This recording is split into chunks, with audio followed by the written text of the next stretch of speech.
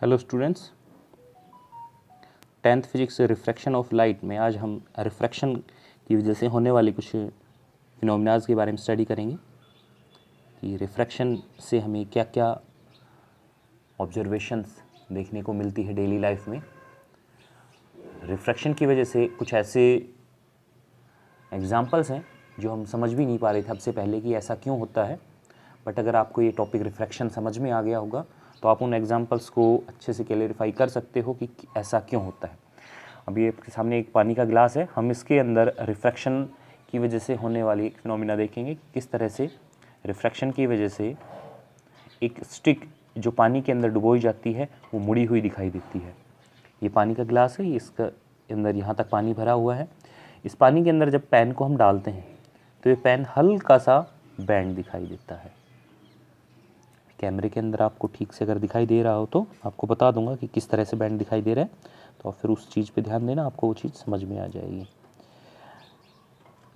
पानी के अंदर आप रियल में अगर ये देखोगे खुद से एक्सपेरिमेंट करके तो आपको दिखाई देगा कि जैसे पेन पानी के अंदर से तो यूँ सीधा आ रहा है लेकिन ऊपर आने के बाद ऐसे उठा हुआ है, या हम कहें कि ऊपर से तो यूँ सीधा है लेकिन पानी के अंदर जाने के बाद जो नीचे का पोर्शन है जो पानी के अंदर है वो यूँ ऊपर की तरफ उठा हुआ है। दोबारा ध्यान से देखना, ये देखिए हल्का सा दिखाई देगा, ज़्यादा नहीं, बिल्कुल हल्का सा दिखाई देगा कि पानी के अंदर का जो पोर्शन है इस पेन का वो नीचे से ऊपर की तरफ उठा हुआ है, ऐसे ऐसे ऊपर की तरफ उठा हुआ है नीचे से पानी के अंदर से। ये सब रिफ्रैक्शन की वजह से होता है। जो लाइट रेज इस पेन के ऊपर जा रही है वो पेन से स्ट्राइक करने के बाद पेन के जो ये नीचे वाला पानी का अंडर वाटर जो पोर्शन है यहाँ से और बाहर एयर के अंदर आ रही है। वाटर एक डेंसर मीडियम है, एयर रेयरर मीडियम हो जाएगा एज़ कम्पेयर टू वाटर, क्योंकि वाटर के अंदर लाइट की स्पीड कम होती है, एयर के अंदर लाइट की स्पीड ज़्यादा होती है, जिस वजह से वाटर डेंसर मीडियम होगा एंड एयर रेयरर मीडियम।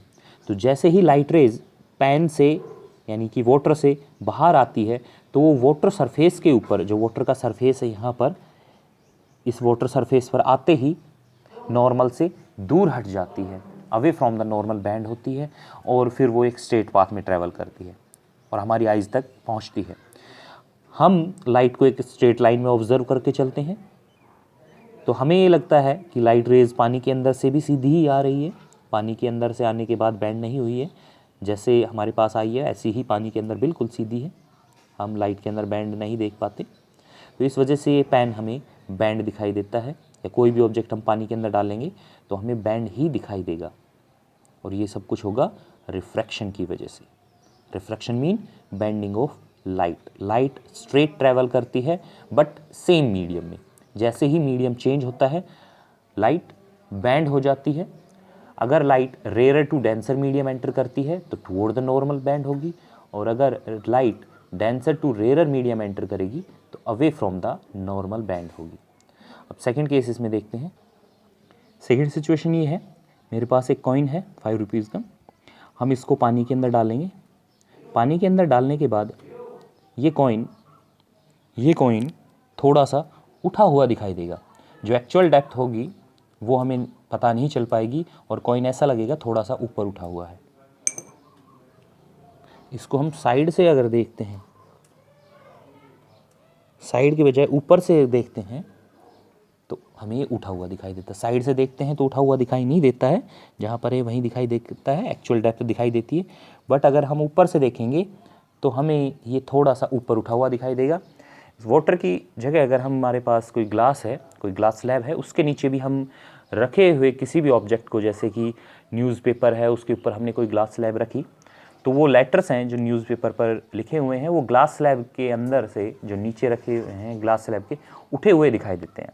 आप प्रैक्टिकली इस चीज़ को देख सकते हो कि आपने कोई भी ऑब्जेक्ट या कोई न्यूज़पेपर ग्लास स्लैब के नीचे रखा तो वो आपको थोड़ा सा उठा हुआ दिखाई देगा, और ये होगा रिफ्रैक्शन की वजह से। जैसे ही लाइट रेज वाटर से बाहर आती है वो फिर से बैंड हो जाती है जैसा कि पहले हुआ था, और बैंड होने की वजह से हमें ये कॉइन थोड़ा सा उठा हुआ दिखाई देता है।